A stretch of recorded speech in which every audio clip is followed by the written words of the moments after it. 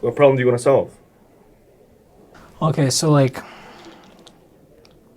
this is kind of what we were talking about previously, but with like it's sort of this contrast between setting goals and wanting certain. I don't know if this is exactly what we're talking about. Okay, but setting goals and wanting to achieve certain outcomes versus just being in like a childlike state of like being lost in curiosity and passion. Okay. And how to reconcile the two and how one can maybe assist the other and vice versa. What are people really trying to get at, right? Is it specific like affect, like certain like feeling when they're doing a certain activity? Like, so do they do everything, like get a job, go to school, all that, just so that they can experience certain moments in life that are filled with positive feeling, like like going on vacation, hanging out with people, like it's these feelings that people search for. Is it that? Is it reaching a certain state, like accomplishing X, Y, Z, or like making X amount of money, or getting X skill, or whatever? Is it a state that people are going for? Kind of like a description of themselves that they're trying to make true? Or is it specific feeling while experiencing something? And I don't know, I feel like both of these ideas are just approximations of what people really want. Like I feel like what people really want is like some unknown thing in the subconscious, and then they try to get at it from these different angles. Like one is like trying to set goals to attain certain states for themselves, and then another is like trying to do certain activities to for fun or whatever. Like, and then like within these categories you have like actions that are like targeting that, and it's all for some fundamental thing that humans want that's like undescribable. You think there's a common center? Yeah, also that's another question, like is there a common center, is there one thing, right? But I don't know. And I was just trying to explore these two different competing. Go for it. These two different competing ideas, which is like setting goals to reach certain states, or simply just acting to enjoy different things.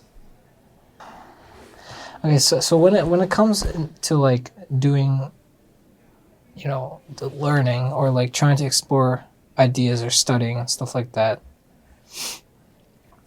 you could take these two approaches, right? Like you could try to say, oh, my goal is to get a certain grade and to graduate from a certain school and stuff, and so you fill your day with actions aimed at that, so that the value in what you're doing is okay. So what you're doing has value insofar as it helps you reach that end goal, right? Like getting a better grade or whatever. So that's one mode of thinking that some people are in when studying or something. Another mode is like just lost in pleasure with thinking about these ideas, like just letting the passion and curiosity run, kind of like I think Ramanujan was probably like. It's like I was thinking earlier today that like these things can kind of complement each other, right? So if you just simply let the passion and curiosity run, you just study and do whatever you feel like doing, and you don't really worry about these outcomes in the real world, like, about getting a job and so forth, ultimately you're going to run up against these outcomes in the real world, and you're not going to be able to secure this activity that you like doing so much. So for example, like if you just like reading philosophy or psychology all the time, and you like thinking about these things, say like someone just that's all they do because they enjoy that so much, right? And they don't really worry about end states, about how they're gonna make money like a year from now or something. At some point the real world's gonna catch up to them. Maybe their parents want them to move out or whatever, and they're not going to be able to pursue these ideas anymore because they have to get a job or whatever. And so in a certain way you need this goal setting, outcome oriented framework to help you with passion. It must it complements passion. So to secure the number of times that you can spend immersed in this work that you like to do, you have to, in a way, plan and execute and try to reach certain outcomes so that you can continue to do that in the future. Like someone that's very interested in like psychology or philosophy could try to get a PhD and try to secure a professorship. And that sort of outcome-centered plan would allow them to continue to do that work throughout their life, as opposed to if they hadn't planned all that and then they find themselves unable to continue that work. On the flip side, this constantly pursuing outcomes leads to three different things. So it's like if you're constantly pursuing a certain goal and that's really all you care about and you're never really lost in passion or curiosity in doing your work, it seems that you're affected by three things. So like one is this like mirage thing where you always feel like you're in the middle of the race, right? You're working really hard towards a certain goal, a certain like short-term goal, and then you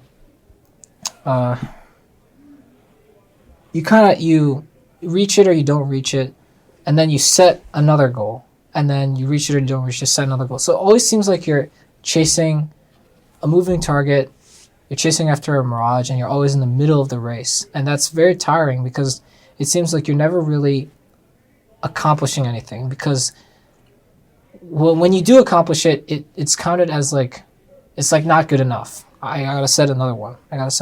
So this is one danger of constantly being your mind is, if your mind is constantly in this goal setting framework, that's what happens, I think. Another is just stress, because when you have an outcome imagined, right, you in a way like intensely desire after that, and proportional to that intense desire is this kind of fear of not getting that certain outcome. And that fear is, when it happens enough, it's kind of like leads to stress, or it is stress. And then lastly, like this goal setting framework, if you're constantly doing it all the time, is it leaves you often in a state where you feel like you constantly fall short. Okay, I guess I'm mainly talking about myself when I'm talking about these effects.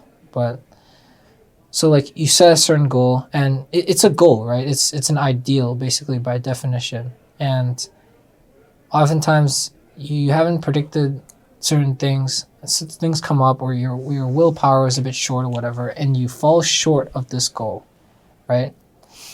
So being constantly goal-oriented makes it so that it's hard to collect satisfaction along the way. Like it's either like when I see that like I haven't reached a certain standard, this certain goal that I was setting out to do, right? It just I just don't feel satisfied. So I don't know if any of that made sense, but